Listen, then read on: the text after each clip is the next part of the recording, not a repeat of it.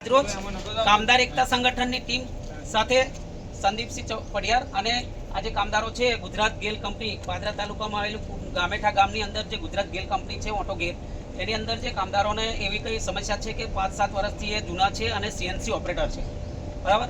એ લોકોને જે આજે જે વર્કર આવેલો છે હેલ્પર, એનો પગાર 497 સરકાર રૂલ્સ પ્રમાણે છે એટલો જ આ લોકોને આપે છે. આ સીએનસી ઓપરેટરો છે તો એ લોકોનો પગાર 18,000 થી 21,000 પગાર હોવો જોઈએ, બરાબર.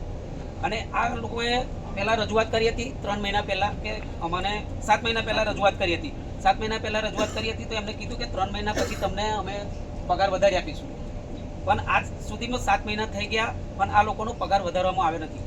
તો હવે આ જે મિત્રો છે કામદાર, એ લોકોની માંગણી એવી છે કે જ્યાં સુધી અમારો પગાર સીએનસી ઓપરેટરનો 18,000 થી 21,000 પગાર નહીં મળે ત્યાં સુધી અમે બધા કામ પર ચડીએ નહીં, બરાબર છે. હવે આપણે સીધા એ મુદ્દા પર જઈશું, વાત કરીશું કામદારો સાથે. શું છે ભાઈ તમારી પ્રોબ્લેમ? આજે અમારે 7 મહિના પહેલાં અમને કીધું હતું કે તમારો અમે પગાર વધારીશું, તો પણ અમારો કોઈ જવાબ આપ્યો નથી. અમે લેખિતમાં આવ્યું 1લી તારીખે કે અમને તમે જવાબ આપો, તો આજે 10 તારીખ થઈ, અમે 10 તારીખ લગીને કોઈ જવાબ આપ્યો નથી. 10 ને આજે 11 તારીખ થઈ એટલે અમે અમારી રીતે અમે પ્રોસેસ ચાલુ કરી દીધી. એટલે કામદાર એકતા સંગઠનને અમને જાણ કરી કે અમારે આ રીતનું વસ્તુ છે તો અમને મળતું નથી, તો અમારે મળવા માટે તમે આવો. આવી જાઓ. શું છે સમસ્યા?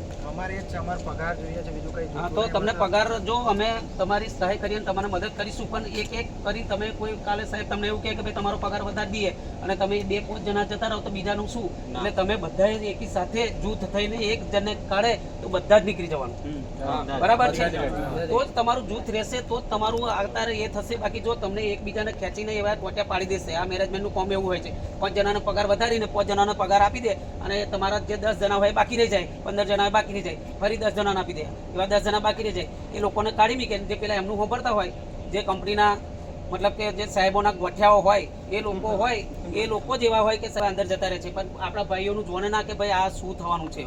એટલે તમે એક જૂથ મધમોખીની જેમ એક જૂથ એક મોખ કયો ડંખ મારે તો બધી ચોટી પડે, એ રીતે તમે ચોટી પડશો તો આ આપણું કામ પૂર્ણ થઈ જશે. અને જ્યાં સુધી આપણને જેટલો પૂરેપૂરો પગાર આપણી માંગણી છે ત્યાં સુધી ના આપે ત્યાં સુધી તમારે કોઈને કોમ પર ચડવા નહીં દેવાના અને કોમ પર જવાનું નહીં, તો જ આ લોકો સીધું નિરાકરણ લાવશે. હવે આપણે સાહેબને અહીંયા મેં ફોન કર્યો છે મેનેજમેન્ટ પર, તો એ લોકો એવું છે કે અમે જમવા લંચમાં બેઠા છે, લંચ પછી આવીએ છીએ. એ લોકો શું કહેવા માગે છે એના પછી આપણે ચર્ચા કરીશું.